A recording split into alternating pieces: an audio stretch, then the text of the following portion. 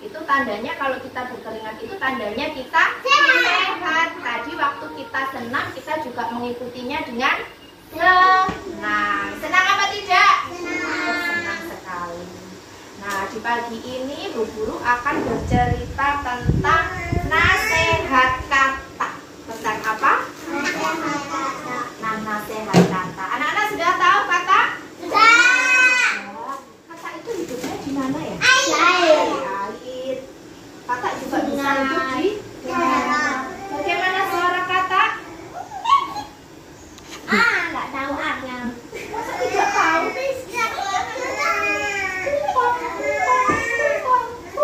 Suara kata bagaimana? Oh iya, itu suaranya kata. Nah, coba diperhatikan yang ini. Di tengah padang rumput yang sangat luas, terdapat sebuah kolam. Nah, ini terdapat sebuah kolam. Ini kolamnya. Yang dihuni sekumpulan kata. Jadi kolamnya di situ banyak kata, tidak hanya satu katanya. Banyak. Coba deh. Nah, ada satu kata yang bernama kentus. Kentus. Iya, ada satu kata yang bernama kentus. Dia adalah kata yang paling besar dan paling kuat. Mana? Ini katanya. Nah, yang lainnya kan katanya kecil-kecil. Ada kata yang paling besar namanya Kuat. kentus. Nah, ya namanya kentus. Nah, ini. Karena kelebihannya itu, kentus menjadi sangat sombong. Nah, karena dia badannya paling besar, paling kuat, akhirnya dia sombong. Dia merasa kalau tidak ada kata lain yang dapat mengalahkannya. Dia merasa tidak ada kata lain yang dapat mengalahkannya. Karena kata-kata yang lain itu badannya lebih kecil. Nah, kentus itu badannya paling besar dan paling kuat. Nah, sebenarnya kakak kentus sering menasehatinya, tetapi nasihat kakaknya tidak pernah dihiraukannya.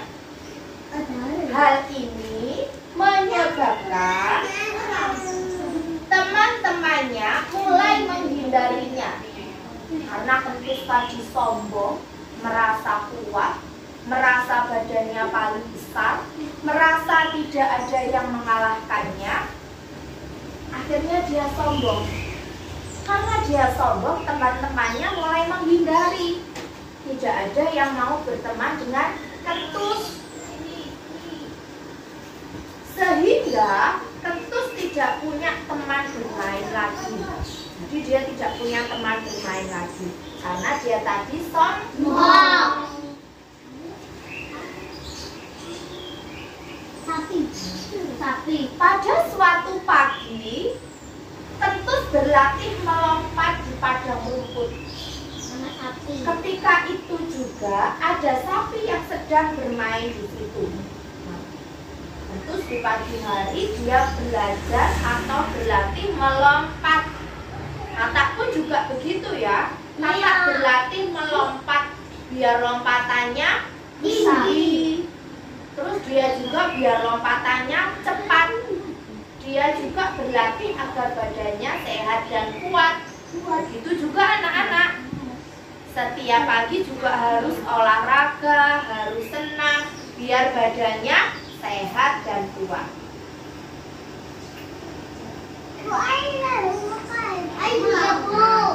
Secara tidak sengaja, lidah sapi itu terkena tubuh kentus. Nah, lidah sapi waktu makan rumput di padang rumput, kan di situ kentus sedang latihan untuk melompat. Nah, karena sapi itu makan rumput, tidak sengaja lidahnya sapi menyenggol tubuhnya kentus. Beraninya makhluk ini mengusikku. Itu kata kentus. Kentus marah karena badannya tersenggol oleh lidah sapi. Kata kentus dengan marah sambil menjauh. Nah, dia marah sambil dia pergi menjauh. Iya, satu kali besar. Sebenarnya sapi itu tidak kebetulan pergerakannya sama dengan kentus, sehingga menyebabkan kentus menjadi cemas dan melompat segera untuk menyelamatkan diri. Nah, ini sapi tidak sengaja gerakannya itu sama dengan kentus. Nah, karena kentus merasa berbahaya, merasa sangat bahaya, akhirnya kentus cepat-cepat melompat untuk menyelamatkan diri.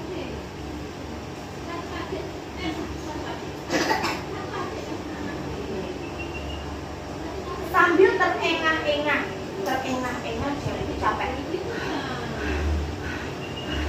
Karena dia tadi melompat dengan tiba-tiba. Nah, sambil terengah-engah, kentus sampai di tepi kolam. Nah, dia sampai di tepi kolam. Melihat kentus yang kecapean, teman-temannya heran. Hai kentus, mengapa kamu terengah-engah dan mukamu pucat? Tanya temannya.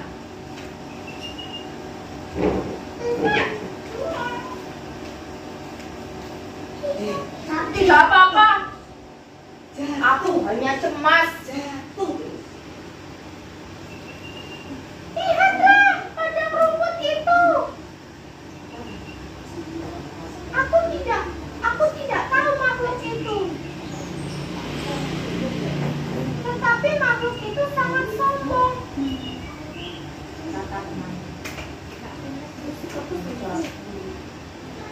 Makhluk itu tadi tidak menelanku. Karena tadi si sapi tidak sengaja lidahnya menyentuh tubuhnya si kentus. Ini sapi ya.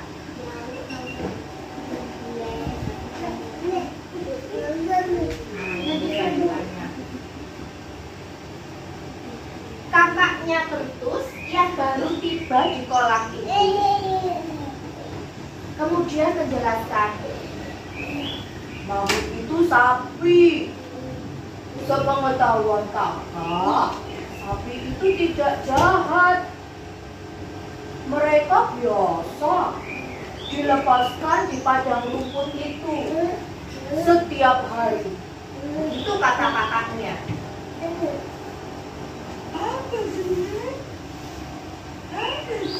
Tidak jahat. Kenapa kakak bisa bilang seperti itu? Saya hampir ditelannya tadi. Itu kata si kentus menjawab perkataan kakaknya tadi. Ini obrolan kakaknya dengan si kentus. Oh, tidak mungkin. Sapi itu tidak makan katak atau ikan, tetapi hanya makan rumput. Jelas kakaknya. Saya tidak percaya. Tadi saya dikejarnya dan hampir ditendangnya. Itu kata si kentus.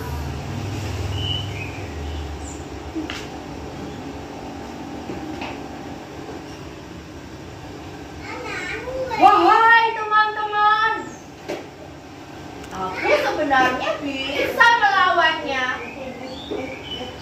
dengan menggembungkan badanku,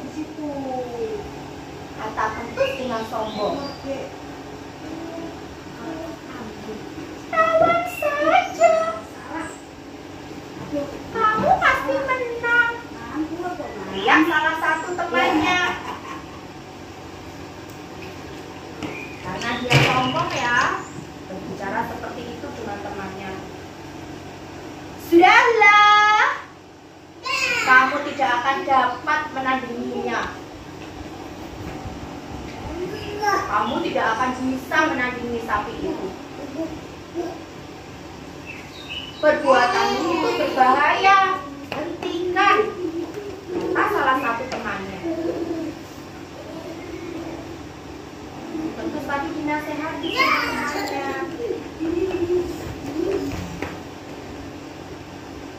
Tetapi Kentus tidak memperhatikan atau tidak peduli dengan nasihat teman dan kakak-kakaknya. Kentus terus menggembungkan diri karena dorongan teman-temannya. Nah, karena teman-temannya tadi merasa jengkel, akhirnya si Kentus sama teman-temannya didorong untuk melawan si sapi. Kentus menggembungkan badannya lagi, menggembungkan perutnya. Padahal sebenarnya teman-temannya ingin memberi pelajaran pada Kentus yang selalu sombong. Mau duduk, Mak? Ayo.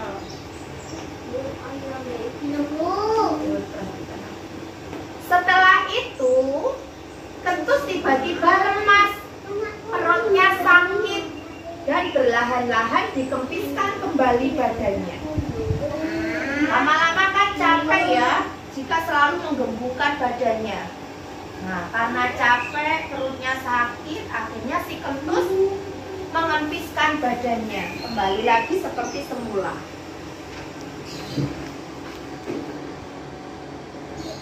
Kentus malu. Kentus malu. Yang sikapnya tadi sombong dan merugikan dirinya sendiri.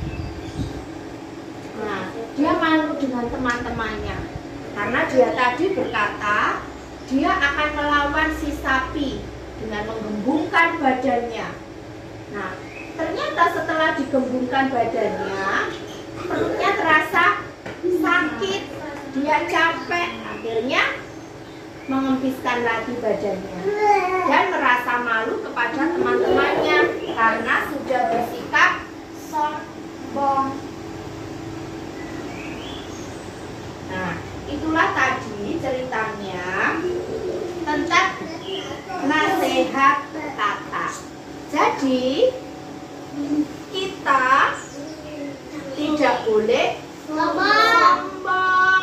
Yang punya badan besar, yang punya badan lebih tinggi, itu tidak boleh sombong. Tidak boleh sombong. Apakah ada yang sombong di kelas ini?